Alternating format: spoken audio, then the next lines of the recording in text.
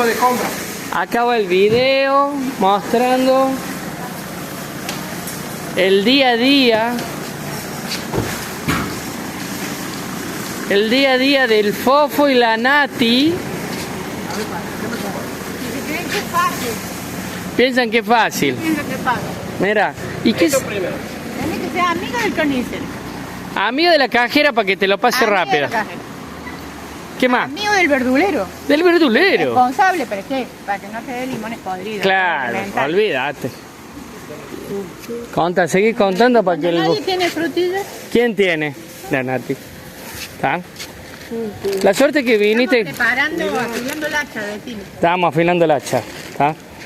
Hoy es un miércoles y les cuento que en 5 minutos se larga lluvia como la putísima. Acaba de llegarme la alarma de lluvia. Estamos... Acá está Fofiño, que está afilando el hacha.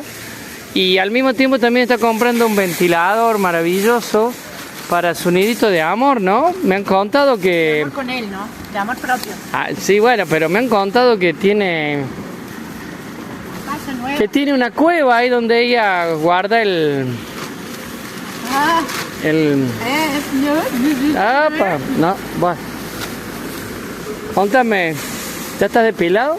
Ya estoy depilado. Ya estás depilado, listo. Mierda, se afeitó también. Sí, no te creo.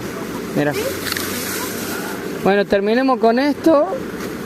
Yo simplemente estoy haciendo un video largo para mostrar el día a día, llenando contenido, porque esto no hay nada improvisado, esto no son bolsitas vacías, esto no es papel pintado, esto es compras hechas.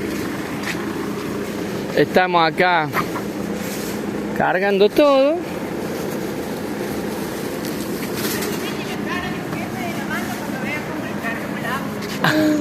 ¿Qué? Cara el jefe y la banda cuando vea cómo le hemos cargado el auto. Uy, boludo. Mi amor.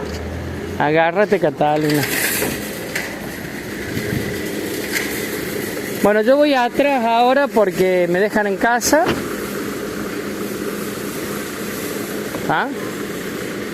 Pon eso ahí atrás. Va a ver a la Mati.